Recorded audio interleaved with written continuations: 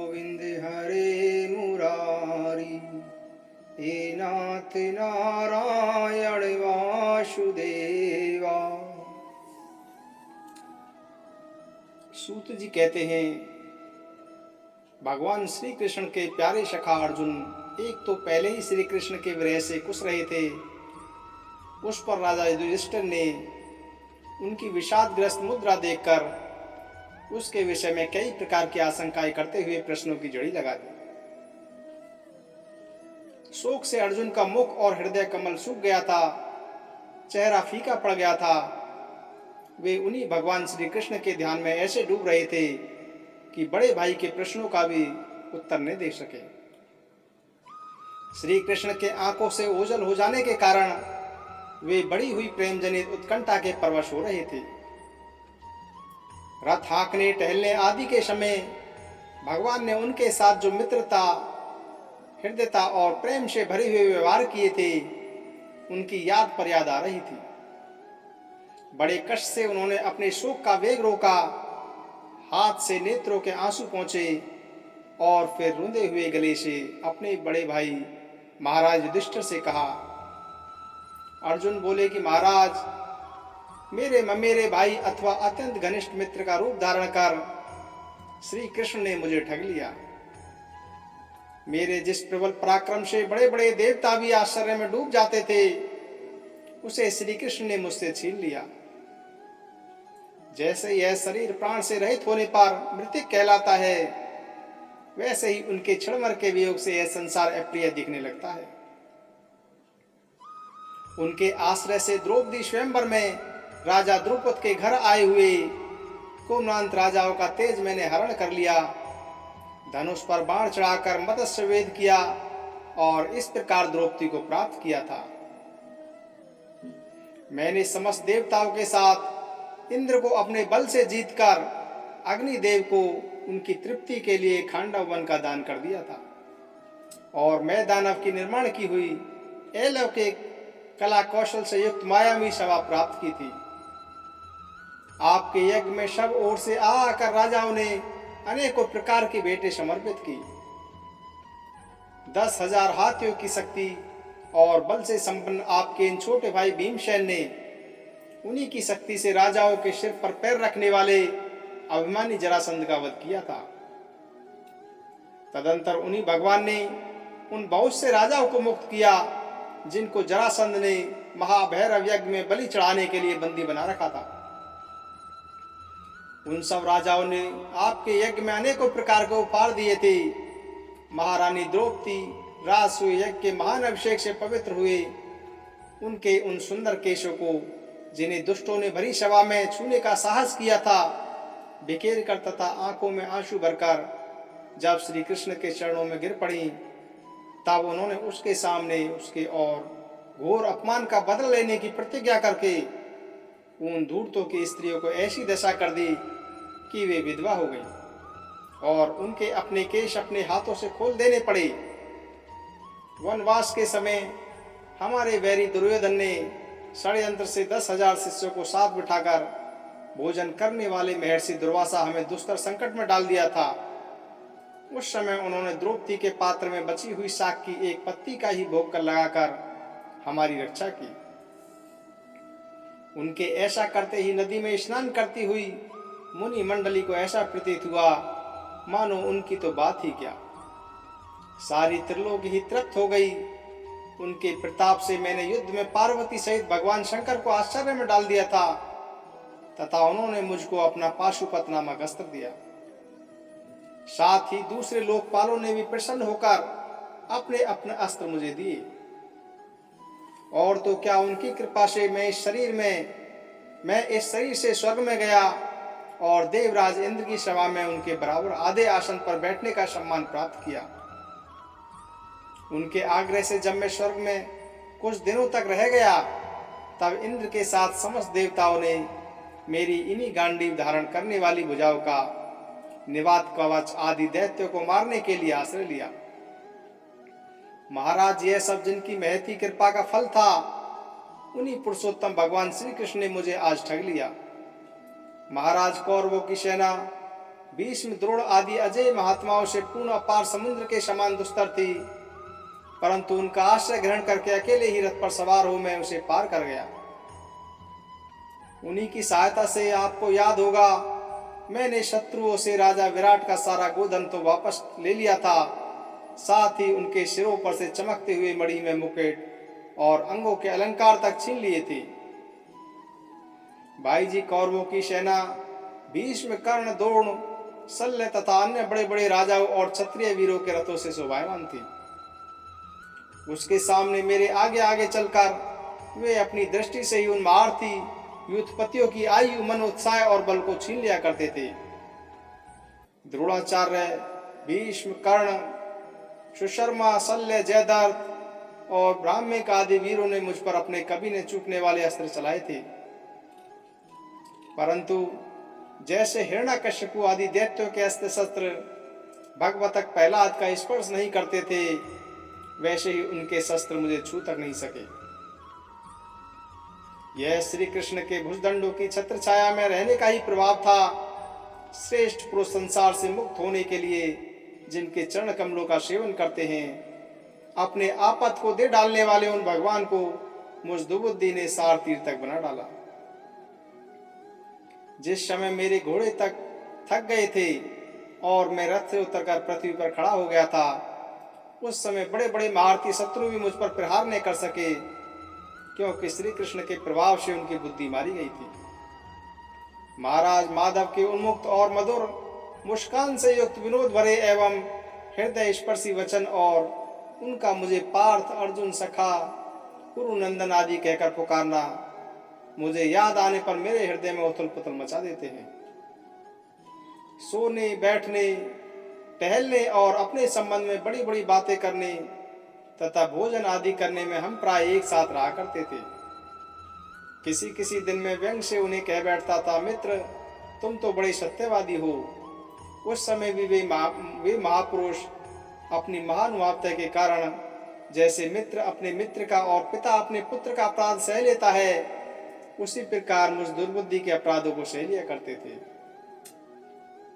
महाराज, जो मेरे सखा प्रिय मित्र नहीं मेरे हृदय ही थे, उन्हीं पुरुषोत्तम भगवान से मैं रहित हो गया हूँ। भगवान की पत्नियों को द्वारका से अपने साथ ला जा रहा था, परंतु मार्ग में दुष्ट गोपियों ने मुझे एक अबला की भांति हरा दिया और मैं उनकी रक्षा नहीं कर सका। वही मेरा गांडीव धनुष है, वे ही बाण हैं, वही रथ है, वही घोड़े हैं और वही मैं रथी अर्जुन हूँ, जिसके सामने बड़े बड़े राजा लोग सिर झुकाया करते थे। श्री कृष्ण के बिना ये सब एक ही क्षण में नहीं के समान सार शून्य हो गए। ठीक उसी तरह जैसे भस्म में डाली हुई आहुति कपट भरी सेवा में ऊषर में बोया हुआ बीज व्यर्थ जाता है। राजन, आपने द्वारकावासी अपने जिन सुहृद संबंधियों से बात पूछी है, वे ब्राह्मणों के शापवश मोहग्रस्त हो गए और वारुणी मदिरा के पान से मंदमत होकर अपरिचितों की भांति आपस में ही एक दूसरे से भिड़ गए और भूसों से मार पीट करके सबके सब नष्ट हो गए। उनमें से केवल 4-5 ही बचे हैं। वास्तव में यह सर्वशक्तिमान भगवान की ही लीला है कि संसार के प्राणी परस्पर एक दूसरे का पालन पोषण भी करते हैं और एक दूसरे को मार भी डालते हैं। राजन, जिस प्रकार जलचरों में बड़े जंतु छोटों को, बलवान दुर्बलों को एवं बड़े और बलवान भी परस्पर एक दूसरे को खा जाते हैं, उसी प्रकार अतिशय बली और बड़े यदुवंशियों के द्वारा भगवान ने दूसरे राजाओं का संहार कराया। तत्पश्चात यदुवंशियों के द्वारा ही एक दूसरे को यदुवंशी का नाश करा के पूर्ण रूप से पृथ्वी का भार उतार दिया। भगवान श्री कृष्ण ने मुझे जो शिक्षाएं दी थी, वे देश, काल और प्रयोजन के अनुरूप तथा हृदय के ताप को शांत करने वाली थी। स्मरण आते ही वे हमारे चित्त का हरण कर लेती है। सूत जी कहते हैं, इस प्रकार प्रगाढ़ प्रेम से भगवान श्री कृष्ण के चरण कमलों का चिंतन करते करते अर्जुन की चित्तवृत्ति अत्यंत निर्मल और प्रशांत हो गई। उनकी प्रेममयी भक्ति भगवान श्री कृष्ण के चरण कमलों के चिंतन से अत्यंत बढ़ गई। भक्ति के वेग ने उनके हृदय को मथ कर उसमें से सारे विकारों को बाहर निकाल दिया। उन्हें युद्ध के प्रारंभ में भगवान के द्वारा उपदेश किया हुआ गीता ज्ञान पुनः स्मरण हो गया, जिसकी काल के व्यवधान और कर्मों के विस्तार के कारण प्रमादवश कुछ दिनों के लिए विस्मृति हो गई थी। ब्रह्म ज्ञान की प्राप्ति से माया का आवरण उतरकर गुणातीत अवस्था प्राप्त हो गई। द्वैत का संशय निवृत्त हो गया, सूक्ष्म शरीर भंग हो गया, वे शोक एवं जन्म मृत्यु के चक्र से सर्वथा मुक्त हो गई। भगवान के स्वधाम गमन और यदुवंश के संहार का वृत्तांत सुनकर निश्चलमति युधिष्ठिर ने स्वर्ग आरोहण का निश्चय किया। कुंती ने भी अर्जुन के मुख से यदुवंशियों के नाश और भगवान के स्वधाम गमन की यह बात सुनकर अनन्य भक्ति से अपने हृदय को भगवान श्री कृष्ण में लगा दिया और सदा के लिए इस जन्म मृत्यु रूप संसार से अपना मुंह मोड़ लिया। भगवान श्री कृष्ण ने लोक दृष्टि में जिस यादव शरीर से पृथ्वी का भार उतारा था, उसका वैसे ही परित्याग कर दिया जैसे कोई कांटे से कांटा निकालकर फिर दोनों को फेंक देता है। भगवान की दृष्टि में दोनों ही समान थे। जैसे वे नट के समान मत्स्य आदि रूप धारण करते हैं और फिर उनका त्याग कर देते हैं, वैसे ही उन्होंने जिस यादव शरीर से पृथ्वी का भार दूर किया था उसे त्याग भी दिया।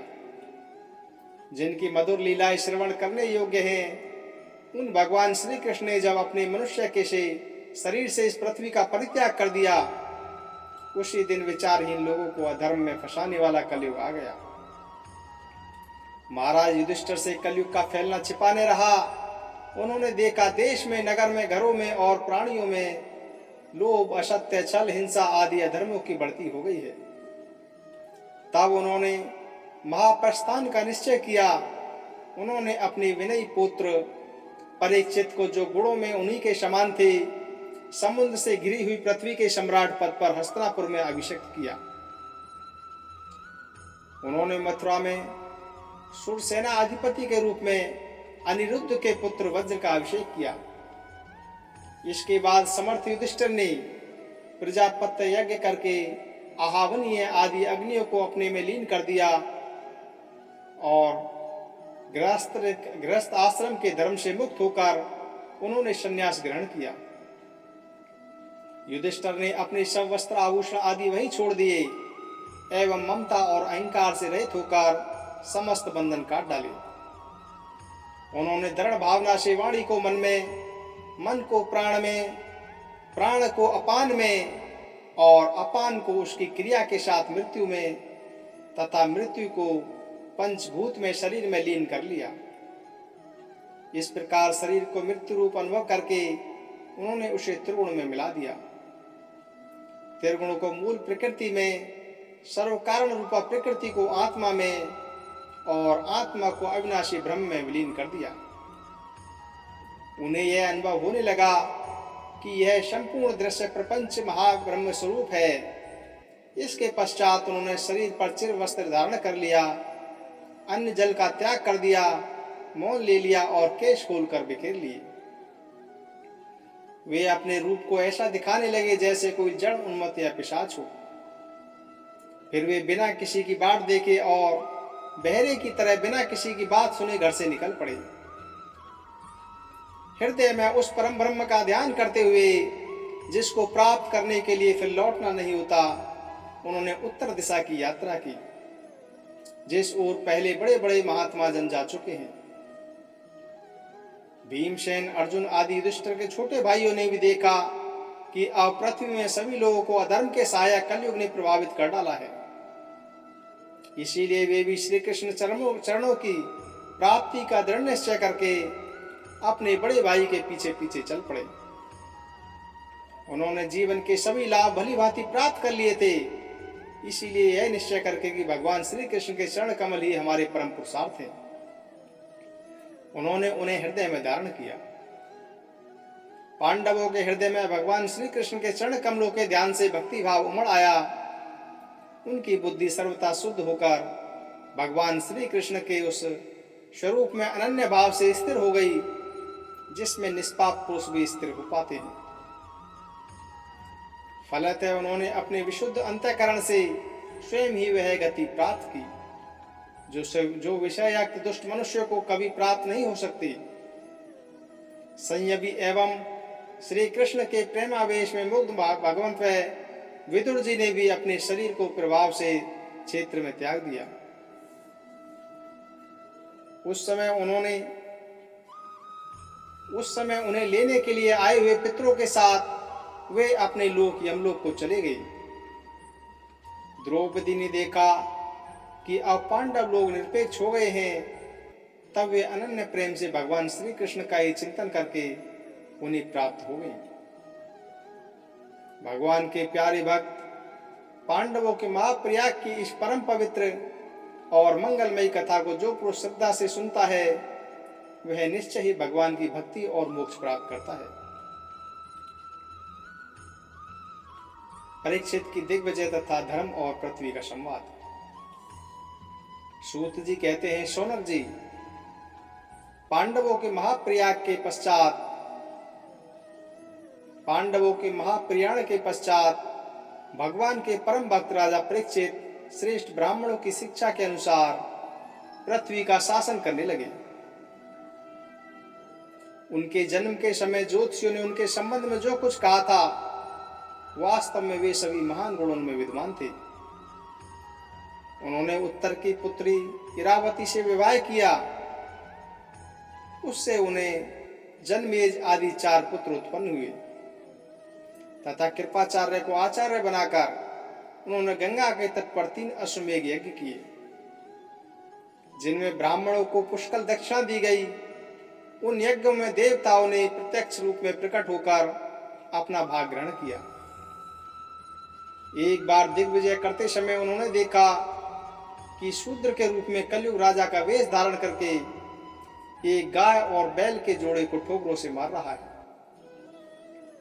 तब उन्होंने उसे बलपूर्वक पकड़कर दंड दिया। शौनक जी ने पूछा कि महाभागवान सूत जी, दिग्विजय के समय महाराज परीक्षित ने कलयुग को दंड देकर ही क्यों छोड़ दिया? मार क्यों नहीं डाला? क्योंकि राजा का वेश धारण करने पर भी वह अधम शूद्र ही जिसने गाय को लात से मारा था। यदि यह प्रसंग भगवान श्री कृष्ण की लीला से अथवा उनके चरण कमलों के मकरंद रस का पान करने वाले रसिक महानुभावों से संबंध रखता हो तो अवश्य कहिए। दूसरी व्यर्थ की बातों से क्या लाभ? उनमें तो आयु व्यर्थ ही नष्ट हो जाती है।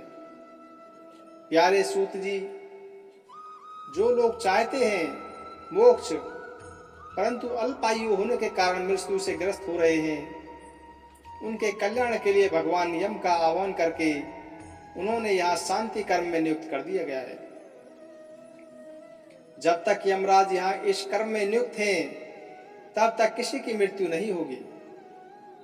मृत्यु से ग्रस्त मनुष्य लोक के जीव भी भगवान की सुधा तुल्य लीला कथा का पान कर सकें, इसीलिए महर्षियों ने भगवान यम को यहाँ बुलाया है। एक तो थोड़ी आयु और दूसरे कम समझ। ऐसी अवस्था में संसार के मंदभाग्य विषयी पुरुष आयु व्यर्थ ही बीती जा रही है। नींद में रात और व्यर्थ के कामों में ही दिन। सूत जी ने कहा, जिस समय राजा परीक्षित देश में सम्राट के रूप में निवास कर रहे थे, उस समय उन्होंने सुना कि मेरी सेना द्वारा सुरक्षित साम्राज्य में कलयुग का प्रवेश हो गया है। इस समाचार से उन्होंने दुख तो अवश्य हुआ, परंतु यह सोचकर कि युद्ध करने का अवसर हाथ लगा, वे उतने दुखी नहीं हुए। इसके बाद युद्धवीर परीक्षित ने धनुष हाथ में ले लिया। वे श्याम वर्ण के घोड़े से जुते हुए सिंह की ध्वजा वाले सुसज्जित रथ पर सवार होकर दिग्विजय करने के लिए नगर से बाहर निकल पड़े। उस समय रथ, हाथी, घोड़े और पैदल सेना उनके साथ साथ चल रही थी। उन्होंने भद्राक्ष, केतुमाल, भारत, उत्तर कुरु और किम पुरुष आदि सभी वर्षों को जीतकर वहां के राजाओं से भेंट ली। उन्होंने उन देशों में सर्वत्र अपने पूर्वज महात्माओं का श्रेय सुनाने को मिला। उस यशोगान से पद पद पर भगवान श्री कृष्ण की महिमा प्रकट होती थी। इसके साथ ही उन्होंने यह भी सुनने को मिलता था कि भगवान श्री कृष्ण के अश्वत्थामा के ब्रह्मास्त्र की ज्वाला से किस प्रकार उनकी रक्षा की थी। यदुवंशी और पांडवों में परस्पर कितना प्रेम था तथा पांडवों की भगवान श्री कृष्ण में कितनी भक्ति थी। जो लोग उन्हें चरित्र सुनाते उन पर महाराजा राजा परीक्षित बहुत प्रसन्न होते। उनके नेत्र प्रेम से खुल उठते। वे बड़ी उदारता से उन्हें बहुमूल्य वस्त्र और मणियों के हार उपहार में देते। वे सुनते कि भगवान श्री कृष्ण ने प्रेमवश होकर पांडवों के सारथी का काम किया, उनके सभासद बने, यहाँ तक कि उनके मन के अनुसार काम करने की उनकी सेवा भी की। उनके सखा तो थे ही, दूत भी बने। वे रात को शस्त्र ग्रहण करके वीरासन में बैठ जाते और शिविर का पहरा देते। उनके पीछे पीछे चलते, स्तुति करते तथा प्रणाम करते। इतना ही नहीं, अपने प्रेमी पांडवों के चरणों में उन्होंने सारे जगत को झुका दिया। तब परीक्षित की भक्ति भगवान श्री कृष्ण के चरण कमलों में और भी बढ़ जाती। इस प्रकार वे दिन दिन पांडवों के आचरणों का अनुसरण करते हुए दिग्विजय कर रहे थे। उन्हीं दिनों उनके शिविर से थोड़ी दूरी पर एक आश्चर्यजनक घटना घटी। वह मैं आपको सुनाता हूं। धर्म बैल का रूप धारण करके एक पैर से घूम रहा था। एक स्थान पर उसे गाय के रूप में पृथ्वी मिली। पुत्र की मृत्यु से दुखिनी माता के समान उसके नेत्रों से आंसुओं के झरने बह रहे थे। उसका शरीर श्रीहीन हो गया। धर्म पृथ्वी से पूछने लगा। धर्म ने कहा कि कल्याणी, कुशल से तो होना, तुम्हारा मुख कुछ कुछ मलिन हो रहा है, तुम श्रीहीन हो रही हो, मालूम होता है तुम्हारे हृदय में कुछ न कुछ दुख अवश्य है। क्या तुम्हारा कोई संबंधी दूर देश चला गया है जिसके लिए तुम इतनी चिंता कर रही हो? कहीं तुम मेरी तो चिंता नहीं कर रही हो कि अब इसके 3 पैर टूट गए, एक ही पैर रह गया है। संभव है तुम अपने लिए शोक कर रही हो कि अब शूद्र तुम्हारे ऊपर शासन करेंगे। तुमने इन देवताओं के लिए भी खेद हो सकता है जिन्हें अब यज्ञों में आहुति नहीं दी जाती, अथवा उस प्रजा के लिए भी जो वर्षा न होने के कारण अकाल और दुर्भिक्ष से पीड़ित हो रही है। देवी, क्या तुम राक्षस सरीखे से मनुष्य द्वारा सताई हुई अरक्षित स्त्रियों एवं आर्त बालकों के लिए शोक कर रही हो? संभव है विद्या अब कुकर्मी ब्राह्मणों के चंगुल में पड़ गई है और ब्राह्मण विप्रद्रोही राजाओं की सेवा करने लगे हैं, और इसी का तुम्हें दुख हो। आज के नाम मात्र के राजा तो 16 आने कलयुगी हो गए हैं। उन्होंने बड़े बड़े देशों को उजाड़ डाला है। क्या तुम उन राजाओं या देशों के लिए शोक कर रही हो? आज की जनता खान पान, वस्त्र, स्नान और स्त्री सहवास आदि में शास्त्रीय नियमों का पालन न करके स्वेच्छाचार कर रही है। क्या तुम इसके लिए दुखी हो? माँ पृथ्वी, अब समझ में आया कि हो ना हो तुम्हें भगवान श्री कृष्ण की याद आ रही होगी, क्योंकि उन्होंने तुम्हारा भार उतारने के लिए ही अवतार लिया था और ऐसी लीलाएं की थी जो मोक्ष का भी अवलंबन है। अब उनके लीला संवर कर लेने, उनके परित्याग से तुम दुखी हो रही हो। हे देवी, तुम तो धन रत्नों की खान हो। तुम अपने क्लेश का कारण जिससे तुम इतनी दुर्बल हो गई हो मुझे बतलाओ। मालूम होता है कि बड़े बड़े बलवानों को भी हरा देने वाले काल ने देवताओं के द्वारा वंदनीय तुम्हारी सौभाग्यवान को छीन लिया है। पृथ्वी ने कहा कि धर्म, तुम मुझसे जो कुछ पूछ रहे हो वह सब स्वयं जानते हो।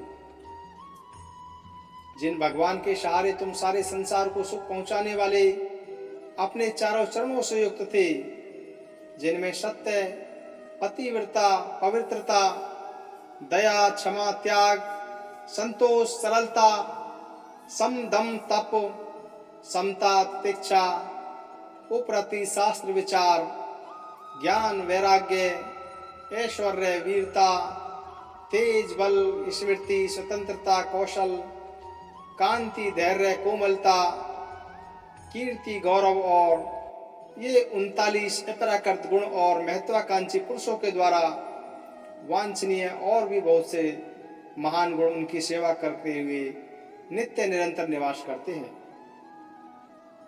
एक क्षण के लिए भी उनसे अलग नहीं होते। उन्हीं समस्त गुणों के आश्रय सौंदर्य धाम भगवान श्री कृष्ण ने इस समय इस लोक से अपनी लीला स्मरण कर ली है और यह संसार पाप में कलयुग की कुदृष्टि का शिकार हो गया है। यही देखकर मुझे बड़ा शोक हो रहा है। अपने लिए देवताओं में श्रेष्ठ तुम्हारे लिए देवता, पितृ, ऋषि, साधु और समस्त वर्णों तथा आश्रमों के मनुष्यों के लिए मैं शोकग्रस्त हो रही हूं,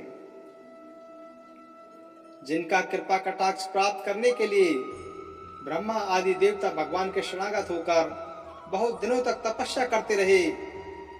वही लक्ष्मी जी अपने निवास स्थान कमल वन का परित्याग करके बड़े प्रेम से जिन चरण कमलों की शुभ छत्र छाया का सेवन करती हैं, उन्हीं भगवान के कमल, वज्र, ध्वजा आदि चिन्हों से युक्त श्री चरणों से विभूषित होने के कारण मुझे महान वैभव प्राप्त हुआ था और मेरी तीनों लोकों से बढ़कर शोभा हुई थी। परंतु मेरे सौभाग्य का अब अंत हो गया है। भगवान ने मुझ अभाग्नि को छोड़ दिया है। मालूम होता है कि मुझे अपनी सौभाग्य पर गर्व हो गया था, इसीलिए उन्होंने मुझे यह दंड दिया है। तुम अपने 3 चरणों के कम हो जाने से मन ही मन कुढ़ रहे हो। अतः अपनी पुरुषार्थ से तुम्हें अंदर ही अंदर सब अंगों से पूर्ण और स्वस्थ कर देने के लिए वे अत्यंत रमणीय श्याम सुंदर विग्रह से यदुवंश में प्रकट हुए और मेरे बड़े भारी भार को, जो असुरवंशी राजाओं की सैकड़ों अजचड़ी के रूप में था, नष्ट कर डाला। क्योंकि वे परम स्वतंत्र थे, जिन्होंने अपनी प्रेम भरी चितवन, मनोहर मुस्कान और मीठी मीठी बातों से सत्यभामा आदि मधुमयी मनीनियों के मान के भासात धीरज को भी छीन लिया था, जिनके चरण कमलों के स्पर्श में निरंतर आनंद से पुलकित रहती थी। उन पुरुषोत्तम भगवान श्री कृष्ण का विरह भला कौन सह सकती है। धर्म और पृथ्वी इस प्रकार आपस में बातचीत कर ही रहे थे कि उसी समय राज श्री परीक्षित पूर्व वाहिनी सरस्वती के तट पर आ पहुंचे। शौनक जी, वहां पहुंचकर राजा परीक्षित ने देखा कि एक राजवेशधारी शूद्र हाथ में डंडा लिए हुए है और गाय बैल के इस जोड़े को इस तरह पीटता जा रहा है जैसे उनका कोई स्वामी ही हो। वह कबल तंतु के समान श्वेत रंग का बैल एक पैर से खड़ा कांप रहा था तथा शूद्र की ताड़ना से पीड़ित और भयभीत होकर मूत्र त्याग कर रहा था। धर्म उपयोगी दूध, घी आदि भविष्य पदार्थों को देने वाली वह गाय भी बार बार शूद्र के पैरों की ठोकरें खाकर अत्यंत दीन हो रही थी। एक तो वह स्वयं ही दुबली पतली थी, दूसरे उसका बछड़ा भी उसके पास नहीं था। उसे भूख लगी हुई थी और उसकी आंखों से आंसू बहते जा रहे थे। स्वर्ण जटित रथ पर चढ़े हुए राजा परीक्षित ने अपना धनुष चढ़ाकर मेघ के समान गंभीर वाणी से उसको ललकारा, अरे तू कौन है जो बलवान होकर भी मेरे राज्य के इन दुर्बल प्राणियों को बलपूर्वक मार रहा है। तूने नट की भांति वेश तो राजा का सा बना रखा है, परंतु कर्म से तो तू शूद्र जान पड़ता है। हमारे दादा अर्जुन के साथ भगवान श्री कृष्ण के परम धाम पधार जाने पर इस प्रकार निर्जन स्थान में निरपराधों पर प्रहार करने वाला तू अपराधी है, अतः वध के योग्य है। उन्होंने धर्म से पूछा, कमलनाल के समान आपका श्वेत वर्ण है, 3 पैर न होने पर भी आप एक ही पैर से चलते फिरते हैं। यह देखकर मुझे बड़ा कष्ट हो रहा है। बतलाइए, आप क्या बैल के रूप में कोई देवता है? अभी यह भूमंडल कुरुवंशी नरपतियों के बाहुबल से सुरक्षित है। इसमें आपके सिवा और किसी भी प्राणी की आंखों के शोक से आंसू बहते मैंने नहीं देखे। हे धेनुपुत्र, अब आप शोक न करें, इस शूद्र से निर्भय हो जाएं। गौ माता, मैं दुष्टों को दंड देने वाला हूं, अब आप रोए नहीं। आपका कल्याण हो। देवी जिस राजा के राज्य में दुष्टों के उपद्रव से सारी प्रजा त्रस्त रहती है, उस मतवाले राजा की कीर्ति, आयु, ऐश्वर्य और परलोक नष्ट हो जाते हैं। राजाओं का परम धर्म यही है कि वे दुखियों का दुख दूर करें। यह माँ दुष्ट और प्राणियों को पीड़ित करने वाला है, अतः मैं अभी इसे मार डालूंगा। सुरभि नंदन, आप तो 4 पैर वाले जीव हैं, आपके 3 पैर किसने काट डाले? श्री कृष्ण के अन्य राजाओं के राज्य में कभी कोई भी आपकी तरह दुखी न हो।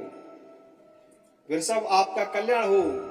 बताइए, आप जैसे निरपराध साधुओं का अंग भंग करके किस दुष्ट ने पांडवों की कीर्ति में कलंक लगाया है? जो किसी निरपराध प्राणी को सताता है, उसे चाहे वह कभी भी रहे, मेरा भय अवश्य होगा। दुष्टों का दमन करने से साधुओं का कल्याण ही होता है। जो उद्दंड व्यक्ति निरपराध प्राणियों को दुख देता है, वह चाहे साक्षात देवता ही क्यों न हो, मैं उसकी बाजूबंद से विभूषित भुजा को काट डालूंगा।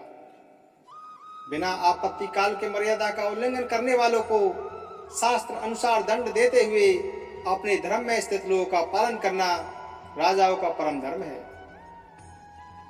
धर्म ने कहा, राजन, आप महाराज पांडु के वंशज हैं, आपका इस प्रकार दुखियों को आश्वासन देना आपके योग्य ही है, क्योंकि आपके पूर्वजों के श्रेष्ठ गुणों ने भगवान श्री कृष्ण को उनका सारथी और दूत आदि बना दिया था।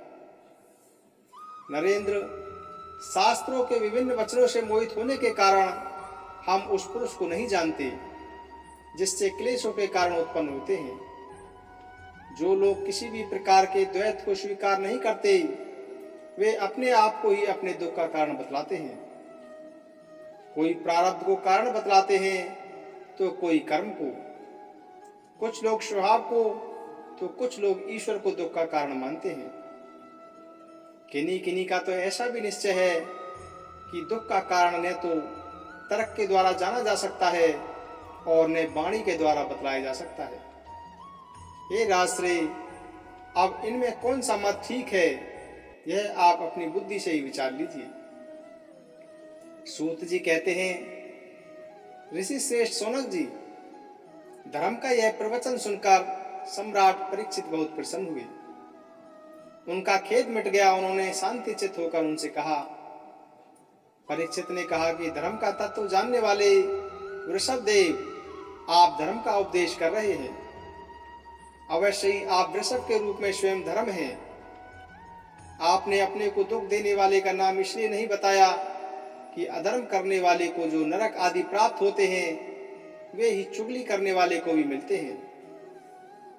अथवा यही सिद्धांत निश्चित है कि प्राणियों के मन और वाणी से परमेश्वर की माया के स्वरूप का निरूपण नहीं किया जा सकता। धर्मदेव, सत्य युग में आपके 4 चरण थे, तप, पवित्रता, दया और सत्य। इस समय अधर्म के अंश, गर्व, आसक्ति और मद से 3 चरण नष्ट हो चुके हैं। अब आपका 4था चरण केवल सत्य ही बच रहा है। उसी के बल पर आप जी रहे हैं। असत्य से पुष्ट हुआ यह अधर्म रूप कलयुग उसे भी ग्रास कर लेना चाहता है। ये गौ माता साक्षात पृथ्वी है। भगवान ने इनका भारी बोझ उतार दिया था और यह उनके राशि राशि सौंदर्य बिखरने वाले चरण चिन्हों से सर्वत्र उत्सवमयी हो गई थी। अब यह उनसे बिछुड़ गई हैं। ये साध्वी अभागिनी के समान नेत्रों में जल भरकर यह चिंता कर रही है कि अब राजा का स्वांग बनाकर ब्राह्मण द्रोही शूद्र मुझे भोगेंगे। महारथी परीक्षित ने इस प्रकार धर्म और पृथ्वी को सांत्वना दी। फिर उन्होंने अधर्म के कारण रूप कलयुग को मारने के लिए तीक्ष्ण तलवार उठाई। कलयुग ताड़ गया कि यह तो अब मुझे मार ही डालना चाहते हैं। अतः झटपट उसने अपने राज चिन्ह उतार डाले और भय विहीन होकर उनके चरण कमलों में अपना सिर रख दिया। परीक्षित बड़े यशस्वी, दीन वत्सल और शरणागत रक्षक थे। उन्होंने जब कलयुग को अपने पैरों पर बड़े पड़े देखा तो कृपा करके उसको मारा नहीं, अपितु हंसते हुए उससे कहा। परीक्षित बोले कि जब तू हाथ जोड़कर शरण आ गया, तब अर्जुन के यशस्वी वंश में उत्पन्न हुए। किसी भी वीर से तुझे भय नहीं है, परंतु तू अधर्म का सहायक है, इसीलिए तुझे मेरे राज्य में बिल्कुल नहीं रहना चाहिए। तेरे राजाओं के शरीर में रहने से ही लोभ, झूठ, चोरी, दुष्टता, स्वधर्म त्याग, दरिद्रता, कपट, कलह, दंभ और दूसरों को पापों की बढ़ती होती है। अतः अधर्म के साथी, इस ब्रह्म व्रत में तू एक क्षण के लिए भी न ठहरना, क्योंकि यह धर्म और सत्य का निवास स्थान है। इस क्षेत्र में यज्ञ विधि के जानने वाले महात्मा यज्ञों के द्वारा यज्ञ पुरुष भगवान की आराधना करते रहते हैं। इस देश में भगवान श्री हरि यज्ञों के रूप में निवास करते हैं। यज्ञों के द्वारा उनकी पूजा होती है और वे यज्ञ करने वालों का कल्याण करते हैं। वे शर्मात्मा भगवान वायु की भांति समस्त चराचर जीवों के भीतर और बाहर एक रस स्थिर रहते हुए उनकी कामनाओं को पूर्ण करते रहते हैं। सूत जी कहते हैं, परीक्षित की यह आज्ञा सुनकर कलयुग सिर उठा। यमराज के समान मारने के लिए उद्धत हाथ में तलवार लिए हुए परीक्षित से वह बोला। कलयुग ने कहा कि आपकी आज्ञा से जहां कहीं भी मैं रहने का विचार करता हूं, वहीं देखता हूं कि आप धनुष बाण लिए हुए खड़े हैं। हे धार्मिक शिरोमणि, आप मुझे वह स्थान बतलाइए जहां मैं आपकी आज्ञा का पालन करता हुआ स्थिर होकर रह सकूं। सूत जी कहते हैं कि कलयुग की प्रार्थना स्वीकार करके राजा परीक्षित ने उसे 4 स्थान दिए। दूत में जुआ, मदपान, शराब, स्त्री का संग और हिंसा। इन स्थानों में क्रम से असत्य, मद, आसक्ति और निर्दयता, ये 4 प्रकार के अधर्म निवास करते हैं। उसने और भी स्थान मांगे, तब समर्थ परीक्षित ने उन्हें रहने के लिए एक और स्थान दिया। स्वर्ण, सोना, धन दिया। इस प्रकार कलयुग के 5 स्थान हो गए: झूठ, मद, काम, वैर और रजोगुण। परीक्षित के दिए हुए इन्हीं 5 स्थानों में अधर्म का मूल कारण कली उनकी आज्ञाओं का पालन करता हुआ निवास करने लगा। इसलिए आत्म कल्याणकामी पुरुष को इन 5 स्थानों का सेवन कभी नहीं करना चाहिए। धार्मिक राजा, प्रजा वर्ग के लौकिक नेता और धर्म उत्कृष्टा गुरुओं को बड़ी सावधानी से इनका त्याग कर देना चाहिए। राजा परीक्षित ने इसके बाद वृषभ रूप धर्म के 3 चरण तपस्या, सोच और दया जोड़ दिए और आश्वासन देकर पृथ्वी का संवर्धन किया।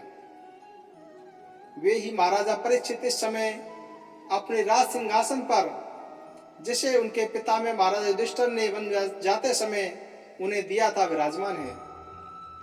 वे परम यशस्वी सौभाग्यभाजन चक्रवर्ती सम्राट राजश्री परीक्षित इस समय हस्तिनापुर में कौरव कुल की राजलक्ष्मी से शोभायमान है। अभिमन्यु नंदन राजा परीक्षित वास्तव में ऐसे ही प्रभावशाली हैं जिनके शासन काल में आप लोग इस दीर्घकालीन यज्ञ के लिए दीक्षित हुए हैं। श्री कृष्ण गोविंद हरे मुरारी, हे नाथ नारायण वासुदेवा। श्री भागवत भगवान की है आरती, पापियों को पापों से है तारती। ये अमर ग्रंथ, ये मुक्ति पंथ, ये पंचम वेद निराला, नव ज्योति जलाने वाला। हरि नाम यही, हरि धाम यही, यही जग मंगल की आरती। पापियों को पापों से है तारती। श्री भागवत भगवान की है आरती, पापियों को पापों से है तारती। ये शांति गीत पावन पुनीति, पापों को मिटाने वाला। हरि दर्शन यश कराने वाला, यह सुख करनी यह दुख हरनी, श्री मधुसूदन की आरती। पापियों को पापों से है तारती, श्री भागवत भगवान की है आरती। पापियों को पापों से है तारती। ये मधुर बोल जगे फंदे खोल, सन्मार्ग दिखाने वाला, बिगड़ी को बनाने वाला। श्री राम यही घनश्याम यही यही प्रभु महिमा की आरती। पापियों को पापों से है तारती, श्री भागवत भगवान